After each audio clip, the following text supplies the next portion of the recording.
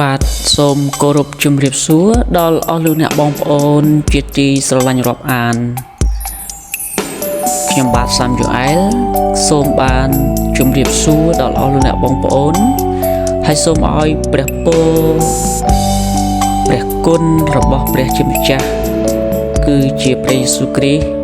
បានមានដល់អស់លោកអ្នកបងប្អូនគ្រប់ក្រុមគ្រួសារអស់លោកអ្នកបងប្អូនជាទីស្រឡាញ់ក្នុងមួយរយៈនេះគឺយើងបានមើលឃើញថាពិភពលោករបស់យើងគឺកំពុងតែបង្ហាញចេញមកនៅសញ្ញាជាច្រើនអស់លោកអ្នកបងប្អូនកំពុងតែខ្សោយខាងឯសេចក្តីជំនឿមែនដែរឬទេបងប្អូនកំពុងតែធ្លាក់ទឹកចិត្តនៅក្នុងការដែលដើរតាមព្រះអង្គមែនដែរឬទេហើយអស់លោកអ្នកបងប្អូនកំពុងតែមានការខ្មាស់អៀននៅក្នុងការដែលជឿទៅលើព្រះយេស៊ូវមែនដែរឬទេនៅពេលនេះសូមឲ្យអស់លោកអ្នកបងប្អូនបានពិចារណាហើយសម្លឹងមើលអំពីព្រឹត្តិការណ៍ផ្សេងដែលកើតមានយើងមើលឃើញថាគឺជាសញ្ញាមួយដែលធ្វើឲ្យអស់លោកអ្នកបងប្អូនដែលកំពុងតែបាក់ទឹកចិត្តដែលកំពុងតែធ្លាក់ទឹកចិត្តដែលកំពុងតែបោះបង់ចោលសេចក្តីជំនឿសូមបានពិចារណាហើយធ្វើឲ្យខ្លួនកាន់តែរឹងមាំឡើងនៅក្នុងអត្ថបទព្រះគម្ពីរនៅថ្ងៃនេះដែលខ្ញុំបានដកស្រង់មកដើម្បីនឹងអានជូនដល់អស់លោកអ្នកបងប្អូននោះគឺសេចក្តីសន្យាដែលព្រះយេស៊ូវគ្រីស្ទបានសន្យាចំពោះយើងហើយឲ្យយើងមានភាពវៃឆ្លាតនៅក្នុងការដែលចេះសង្កេតមើលអំពីពិភពលោកក៏ដូចជាសង្កេតមើលព្រឹត្តិការណ៍ផ្សេងដែលកើតមានឡើងនៅក្នុងព្រះគម្ពីរម៉ាថាយជំពូក24ខ្ញុំនឹងអានជូនពីខ1រហូតដល់ខទី14កាលព្រះយេស៊ូវទ្រង់កំពុងតែយាងចេញពីព្រះវិហារទៅនោះពួកសិស្សក៏មកចង្អុលបង្ហាញអស់ទាំងមន្ទីរនៃព្រះវិហារថ្វាយទ្រង់ទតតែទ្រង់មានបន្ទូលទៅគេថាអ្នករាល់គ្នាឃើញវត្ថុទាំងនេះឬទេខ្ញុំប្រាប់អ្នករាល់គ្នាជាប្រកាសថានៅទីនេះនឹងគ្មានថ្មនៅត្រួតលើគ្នាដែលមិនត្រូវទម្លាក់ចុះនោះទេរួចការទ្រង់គង់នៅលើភ្នំដើមអូលីវនោះពួកសិស្សមកឯទ្រង់ដោយឡែកទូលសួរថាសូមប្រាប់យើងខ្ញុំតើការទាំងនេះកាលណានឹងមកដល់តើមានទីសម្គាល់ណាពីទ្រង់យាងមកហើយពីបំផុតកលព្រះយេស៊ូវទ្រង់មានបន្ទូលឆ្លើយថាចូលប្រយ័ត្នក្រែងអ្នកណានាំឲ្យអ្នករាល់គ្នាឲ្យវង្វេងត្បិតនឹងមានមនុស្សជាច្រើនយកឈ្មោះខ្ញុំមកនិយាយថាខ្ញុំនេះជាព្រះគ្រីស្ទហើយអ្នកទាំងនោះនឹងនាំមនុស្សជាច្រើនឲ្យវង្វេងចេញផងអ្នករាល់គ្នានឹងឮនិយាយពីចម្បាំងនិងដំណឹងពីចម្បាំងនោះកុំឲ្យមានចិត្តថប់បារម្ភឡើយត្បិតការទាំងនោះត្រូវតែមកដល់តែនោះពុំទាន់ដល់ចុងបំផុតនៅឡើយទេពីព្រោះនគរមួយនឹងលើកគ្នាទាស់នឹងសម្បត្តិជាស្រ័យពីព្រោះសាសមួយនឹងលើកគ្នាទាស់នឹងសាសមួយនគរមួយទាស់នឹងនគរមួយ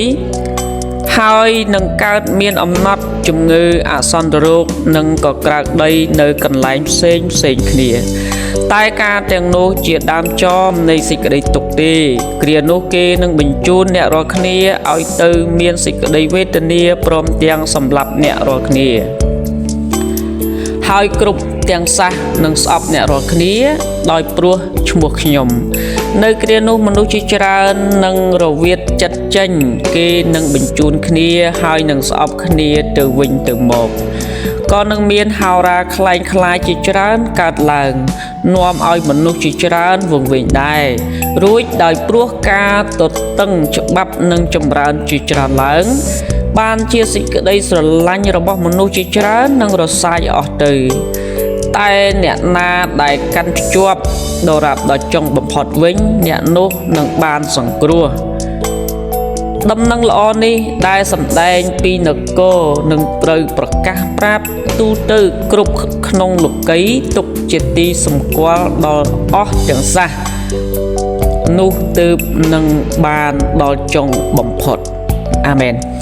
អរលោកអ្នកបងប្អូនជាទីស្រឡាញ់នៅថ្ងៃនេះយើងបានមើលឃើញថាព្រះបន្ទូលដែលមានចែកនៅក្នុងព្រះគម្ពីរម៉ាថាយជំពូក24នេះអរលោកអ្នកបងប្អូនបើសិនជាអរលោកអ្នកបងប្អូនកំពុងតែបាក់ទឹកចិត្តហើយអរលោកអ្នកបងប្អូនកំពុងតែនៅក្នុងការដែលបោះបង់ចោលសេចក្តីជំនឿសូមអរលោកអ្នកបងប្អូនបានពិចារណាឡើងវិញហើយនៅក្នុងបទគម្ពីរនេះគឺបង្ហាញឲ្យយើងបានច្បាស់ថានៅ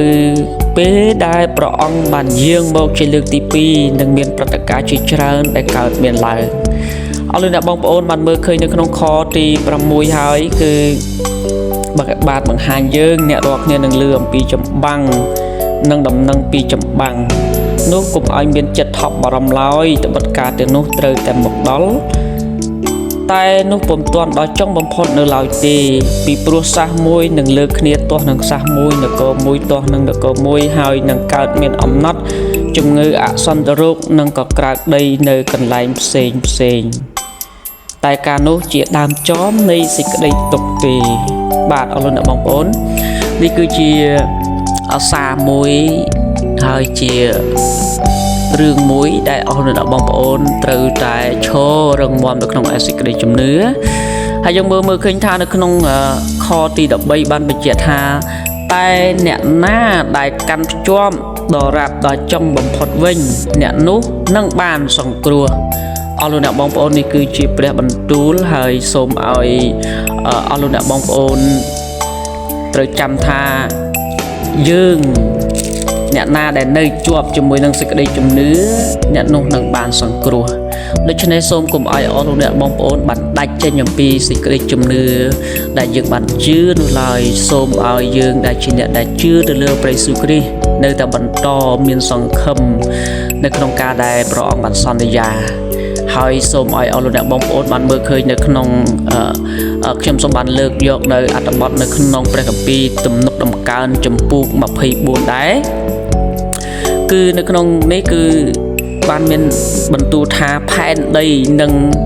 សារពើនៅផែនដីជារបស់ផងព្រះយេហូវ៉ាព្រមទាំងលោកីនិងបណ្ដាលអ្នកដែលនៅលោកីផង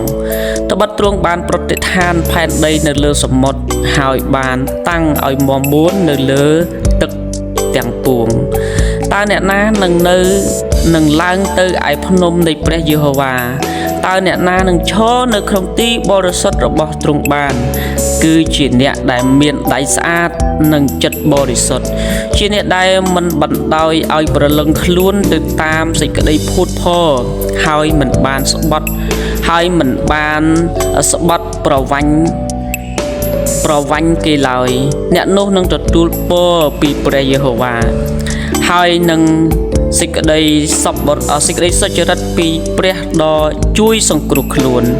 នោះហើយជាពួកអ្នកដែលរកតាមទ្រង់គឺដែលស្វែងរកព្រះភ័ក្ត្រទ្រង់ក្នុងពួកយ៉ាកុបអោទ្វារទាំងឡាយអើយចូលងើបក្បាលឡើងអោទ្វារដ៏នៅអស់កលជានិច្ចអើយចូលនៅជាចំហចោះចូលឲ្យនោះមហាក្សត្រដ៏មានសិរីល្អទ្រង់នឹងយាងចូលមក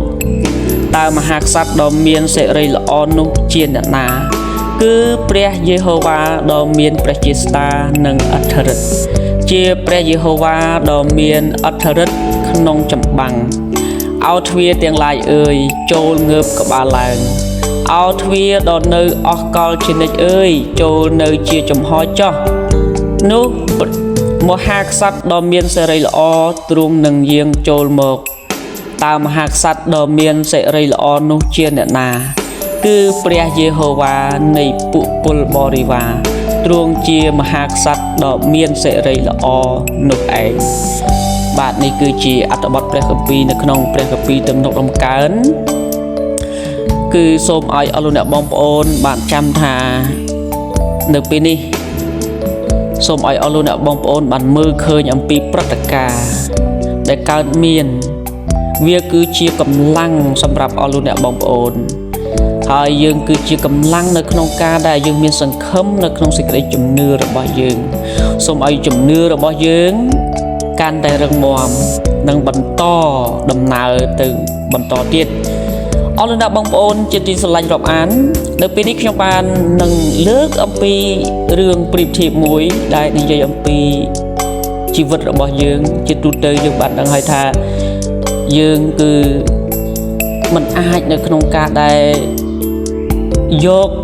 ខ្លួនឯងដើម្បីនឹងយកឈ្នះអំពីការអាក្រក់បានទេដូច្នេះគឺយើងមានតែពឹងអាងទៅដល់ព្រះនៅក្នុងការដែលជាជំនួយដល់យើងឲ្យយើងមានកម្លាំងនៅក្នុងការដែលដើរតាមព្រះអង្គខ្ញុំសូមបានលើកយកនៅរឿងមួយគឺរឿងនេះបាននិយាយថាមានបរិសម្នាក់ដែលបានរៀបការជាមួយនឹងស្ត្រី4នាក់ហើយស្ត្រីទាំង4នាក់នោះគឺជាប្រពន្ធរបស់គាត់ប៉ុន្តែបរិសម្នាក់នោះគឺមិនបានស្រឡាញ់ប្រពន្ធរបស់គាត់ដូចគ្នានោះទេប្រពន្ធទី1គឺគាត់ស្រឡាញ់នាងខ្លាំងមែនទែនហើយនរណាក៏មិនអាចមកប៉ះពាល់នាងបានដែរហើយក៏មិនអាចមាននរណាមកបៀតបៀនគាត់បានដែរហើយប្រពន្ធទី2គាត់ក៏ស្រឡាញ់ខ្លាំងណាស់ដែរប៉ុន្តែទំហំនៃសេចក្តីស្រឡាញ់របស់ប្រពន្ធទី2គឺមិនដូចជាមួយនឹងទំហំនៃសេចក្តីស្រឡាញ់ដូចនឹងប្រពន្ធទី1ទេហើយប្រពន្ធទី2នេះគាត់ក៏ខិតខំថែរក្សាការពារមិនឲ្យនរណាម្នាក់មកលូកលាន់បានដែរប៉ុន្តែប្រពន្ធទី3របស់គាត់ស្រឡាញ់បែបលក្ខណៈធម្មតានៅពេលដែលគាត់បែកគ្នាពីប្រពន្ធទី3ហ្នឹងគឺគាត់មានអារម្មណ៍ថានឹកដល់ប្រពន្ធទី3ប៉ុន្តែនៅពេលដែលគាត់នៅជាមួយនឹងប្រពន្ធទី3គឺគាត់មានអារម្មណ៍ថាដូចជាធម្មតាគឺមានទំហំសេចក្តីស្រឡាញ់ហាក់បីដូចជាធម្មតាប៉ុន្តែប្រពន្ធទី4គាត់មិនដែលស្រឡាញ់នាងសោះគាត់មានឈ្មោះនៅក្នុងផ្ទះថាជាប្រពន្ធប៉ុន្តែគាត់ទុកនាងដូចជាស្ត្រីបម្រើគាត់មិនបានស្រឡាញ់ដល់នាងនោះទេប៉ុន្តែនៅថ្ងៃមួយគឺជាពេលវេលាមួយដែលគាត់ត្រូវចាកចេញទៅប៉ុន្តែនៅពេលដែលគាត់ត្រូវចាកចេញទៅកន្លែងឆ្ងាយមួយគាត់ក៏មានគម្រោងផែនការនៅក្នុងការដែលយកប្រពន្ធម្នាក់ដើម្បីនឹងទៅជាមួយនឹងគាត់នៅពេលនោះគាត់ក៏បានហៅដល់ប្រពន្ធទី1ទី2ទី3មកហើយគាត់បានសួរទៅប្រពន្ធទាំងអស់ថាតើនរណានឹងព្រមទៅតាមបងនៅទីកន្លែងដ៏ឆ្ងាយជាមួយនឹងបងប្រពន្ធទី1គាត់បានប្រកែកថាគាត់មិនទៅទេពីព្រោះគាត់ខ្លាចធ្វើឲ្យសម្រស់របស់នាងខូចសម្រស់របស់នាងគឺមិនស្អាតប្រពន្ធទី2គាត់ក៏បដិសេធដែរគាត់មិនទៅតាមដូចគ្នាហើយប្រពន្ធទី3គាត់ក៏បដិសេធមិនទៅជាមួយនឹងគាត់ទេតែប្រពន្ធទី4គាត់ក៏បានលើកដៃឡើងហើយប្រាប់ថាបងអូនព្រមទៅជាមួយនឹងបងស្រាប់តែនៅពេលនោះគឺគាត់បានចាប់ផ្ដើមភ្ញាក់ខ្លួនប្រពន្ធដែលគាត់បានធ្វើបាបមិនខ្វាយខ្វល់បែរជាព្រមទៅលំបាកជាមួយនឹងគាត់នៅពេលនោះគាត់ក៏បានភ្ញាក់ខ្លួនហើយដឹងថាប្រពន្ធដែលគាត់ធ្វើបាបគឺជាប្រពន្ធដែលស្រឡាញ់គាត់នៅពេលនេះតើរឿងនេះនឹងប្រៀបធៀបយើងអំពីអ្វីបាទអស់លោកអ្នកបងប្អូនរឿងនេះគឺប្រៀបធៀបថាមនុស្សម្នាក់នៅឯផែនដីនេះគឺមានប្រពន្ធ4ដូចគ្នាអស់លោកអ្នកបងប្អូនប្រពន្ធទី1គឺប្រៀបធៀបអំពីសាច់ឈាមរបស់យើងអស់លោកអ្នកបងប្អូនស្រឡាញ់ណាស់អំពីសាច់ឈាមរបស់យើងបាទមានអ្នកខ្លះខំថែមានអ្នកខ្លះខំកែច្នៃដើម្បីឲ្យសាច់ឈាមដែលជាប់នឹងខ្លួនប្រាណរបស់យើងនឹងបានស្អាតហើយយើងមិនអាចនឹងយករបស់ណាមួយមកផ្លាស់ប្ដូរអំពីសាច់ឈាមយើងបានទេដូច្នេះហើយយើងស្រឡាញ់ណាស់យើងថែណាស់ ប្រពន្ធទី2គឺប្រៀបដូចជាទ្រព្យសម្បត្តិរបស់យើងអស់លោកអ្នកបងប្អូនក្រៅពីសាច់ឈាមរបស់យើងនៅស្រឡាញ់គឺទ្រព្យសម្បត្តិរបស់យើងអស់លោកអ្នកបងប្អូនយើងបានដឹងថាបើសិនជាឲ្យលុយយើងមួយចំណែកធំណាមួយហើយគេសុំនៅចំណែកណាមួយនៃអវយវៈរបស់យើងតែយើងព្រមទេគឺយើងមិនព្រមជាដាច់ខាតប៉ុន្តែយើងមើលឃើញថាទ្រព្យសម្បត្តិរបស់យើងគឺយើងបានស្រឡាញ់ណាស់ថែទាំណាស់ខំរកណាស់ដូច្នេះប្រពន្ធទី2នោះគឺប្រៀបដូចជាទ្រព្យសម្បត្តិរបស់យើងឯប្រពន្ធទី3នោះគឺជាគ្រួសាររបស់យើងអស់លោកអ្នកបងប្អូនដែលនៅក្នុងគ្រួសារមានឪពុកម្ដាយបងប្អូននៅពេលដែលអស់លោកអ្នកបងប្អូននៅជាមួយនឹងក្រុមគ្រួសារកូនរបស់យើងជុំគ្នាយើងមិនបានផ្ដល់សេចក្តីស្រឡាញ់ហើយចេះជួយគ្នានោះទេប៉ុន្តែនៅពេលដែលគ្រួសាររបស់យើងមិននៅបងប្អូនយើងមិននៅក្នុងផ្ទះគាត់ទៅធ្វើការងារនៅឆ្ងាយយើងមានអារម្មណ៍ថាដូចជានឹកដល់គាត់ប៉ុន្តែដល់ពេលដែលគាត់ត្រឡប់មកវិញគឺយើងមានអារម្មណ៍ថាដូចជាធម្មតាប៉ុន្តែអស់លោកអ្នកបងប្អូនមើលឃើញអំពីប្រពន្ធទី4គឺនរណាអស់លោកអ្នកបងប្អូនប្រពន្ធទី4របស់យើងគឺជាព្រលឹងវិញ្ញាណរបស់យើងមិនបានរៀបចំរកកន្លែងណាមួយដើម្បីឲ្យប្រពន្ធទី4ដែលជាវិញ្ញាណរបស់យើងទៅថ្ងៃខាងមុខនឹងបានសង្គ្រោះនោះទេមានមនុស្សជាច្រើនមិនបានខ្វល់ខ្វាយអំពីព្រលឹងវិញ្ញាណរបស់ខ្លួននោះទេគឺម្នាក់រវល់តែនឹងសាច់ឈាមរបស់ខ្លួនខំថែសាច់ឈាមរបស់ខ្លួនឯងខំថែខំរកទ្រព្យសម្បត្តិទុកឲ្យបានច្រើនស្រឡាញ់តែគ្រួសារការពារគ្រួសាររបស់យើងប៉ុន្តែយើងមិនបានគិតអំពីពលឹកវិញ្ញាណរបស់យើងនោះទេនៅពេលដែលពលឹកវិញ្ញាណរបស់យើងថ្ងៃណាមួយនឹងចាក់ចេញទៅយើងនឹងចាក់ចេញពីផែនដីយើងនឹងស្លាប់ទៅតើយើងដឹងទេថាពលឹកវិញ្ញាណរបស់យើងនឹងទៅណាដូច្នេះនៅក្នុងអត្ថបទព្រះគម្ពីរនេះចង់បញ្ជាក់ថាឲ្យយើងចេះស្រឡាញ់ដល់ពលឹងវិញ្ញាណរបស់ខ្លួនដូច្នេះសូមអស់លោកអ្នកដែលបងប្អូនដែលកំពុងតែខ្សោយកំពុងតែធ្លាក់ទឹកចិត្តកំពុងតែភ្លើតភ្លើនឬក៏កំពុងតែបោះបង់ចោលសេចក្តីជំនឿសូមបាននឹកចងចាំអំពីអត្ថបទព្រះគម្ពីរនេះខ្ញុំសង្ឃឹមថា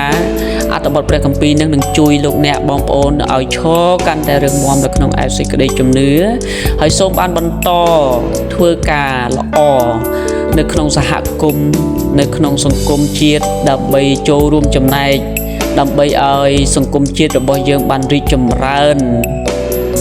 រួមជាមួយនឹងគ្នាដើម្បីអភិវឌ្ឍសង្គមជាតិយើងឲ្យមានសុខសន្តិភាពសូមឲ្យយើងមានសង្ឃឹមនៅក្នុងឯសេចក្តីជំនឿរបស់យើងឲ្យលោកអ្នកបងប្អូនសូមបាននៅតែបន្តឲ្យឈររឹងមាំនៅក្នុងឯសេចក្តីជំនឿសូមកុំបោះបង់សេចក្តីជំនឿដែលលោកអ្នកកំពុងតែជឿនេះចោលនោះឡើយហើយសូមបានគិតអំពីពលឹងវិញ្ញាណរបស់យើងជឿថាព្រះនឹងលើកយើងឡើងយើងជឿថានៅចុងបញ្ចប់ដូចនៅក្នុងព្រះគម្ពីរម៉ាថាយយ៉ាងម៉េចដែរនៅក្នុងខទី13ដែលយើងបានអានអំបញ្ញនោះគឺយ៉ាងបានមានបន្ទូលថាតែអ្នកណាដែលកាន់ភ្ជាប់ដល់រាបដល់ចុងបំផុតវិញអ្នកនោះនឹងបានសង្គ្រោះអាមែនសូមព្រះបានប្រទានពរ